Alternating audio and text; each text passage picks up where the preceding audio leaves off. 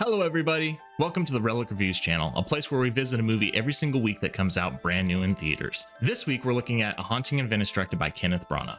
Celebrated sleuth Hercule Poirot, now retired and living in self-imposed exile in Venice, reluctantly attends a Halloween seance at a decaying haunted palazzo. When one of the guests is murdered, the detective is thrust into a sinister world of shadows and secrets. I want to jump right in by talking about how balanced this movie is. Now, what do I mean by that? We're used to movies in this particular franchise being primarily murder mysteries, which this one definitely is. It does not fail to deliver on that aspect of things. What it does, however, to differentiate itself from the other films within this franchise is it adds a haunting tone to the movie. I definitely don't want to go so far as to say that there's a horror element to this movie, because it's not that. It's just a really kind of spooky, haunting, what's lurking in the shadows, mysterious element that has not existed previously within this franchise. The great thing is that they didn't overdo it. I was really concerned when I saw the trailers for this film that we might end up in a situation where they're like, we really want this one to feel different, so we're going to lean really hard into the tropes of the horror genre and have jump scares around every single corner. That is not the case. I am the type of person that is very jump scare adverse. I do not like movies with jump scares. I do not particularly enjoy watching horror movies. I will watch a good horror movie as long as it has great story elements built into it. So when I tell you that the jump scares aren't too bad, there are a couple, I don't even want to call them jump scares. There's a couple of things here and there that kind of come out of nowhere and you're like, whoa, but it more just kind of adds to the tone as opposed to just completely coming out of nowhere trying to scare you for cheap thrills. Now, that brings me to my next point as far as balance is concerned. This movie is thrilling. It is suspenseful. You're wondering what's happening. You're wondering what's coming next. You're questioning your own thoughts about what's occurring around you, and you have your own preconceived notions. But I found myself pleasantly surprised after previously tense moments where there would be a little bit of well-timed and not overdone comedic relief to kind of remove some of that tension that had been built previously, largely due to Tina Fey and Kenneth Branagh and the way that they were playing off of each other. So I really appreciated that aspect of things. Furthermore, there's some real heart and emotion present within this film, which just really adds to the humanity of the characters. I want to take a little bit of time and talk about the performances in this film. Now, of course, we have Kenneth Branagh as our protagonist, Hercule Poirot, and he continues to do a wonderful job within that role. A couple of times I might say he's a little bit on the nose, but that's kind of the character, so it's not that big of a deal.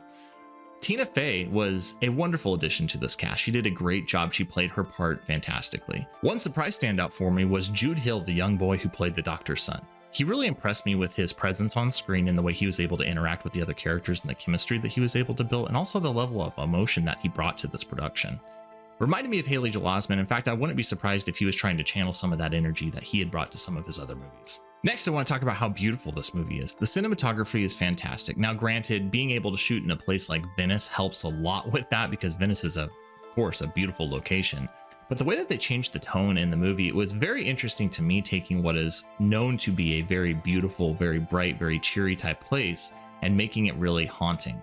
And they did a wonderful job of doing that. Finally, I do want to talk a little bit about the murder mystery genre just in general. We have this movie, which is now the third within its franchise. In addition to that, we have other films such as Glass Onion and Knives Out, which were also fantastic. My observation is, at least for me personally, when I go into these movies now, I just don't trust anyone. So I find myself being like, oh, who's the person that seems like it's least likely to be the case? And I'm guessing it's you.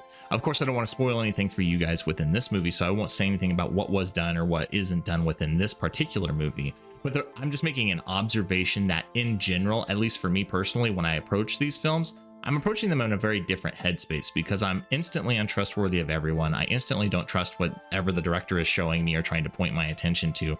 So I guess all I'm trying to say is it's changed the movie-going experience as it applies to movies like this. Now, I'm not necessarily saying that's a negative thing. I'm just simply making an observation that it is different now. So I'll be really curious to see how filmmakers moving forward address that and try and tackle what are our audiences expecting? What are they used to? And how do we subvert that to make a different experience for them that is also enjoyable? Admittedly, with these particular movies in this franchise, I haven't read any of the Agatha Christie books personally, so I went into every single one of these movies having no clue what was going on. So they've been pleasant surprises for me every single time that I've gone to see them. I really enjoyed this movie. It was a quality time at the theaters. I thought it was very well balanced. I thought the performances were great, and I thought the cinematography and locations were just completely stunning and shot beautifully. This is a solid recommend for anybody who appreciates and enjoys movies within this genre. You will not be disappointed. With all that said, I've been Relic. This has been my review, and this is where I hand it off to you. Let me know your thoughts. Do you agree, disagree? What are your personal opinions on this movie? Please leave your questions, thoughts, concerns, and respectful cries of anguish down in the comment section below.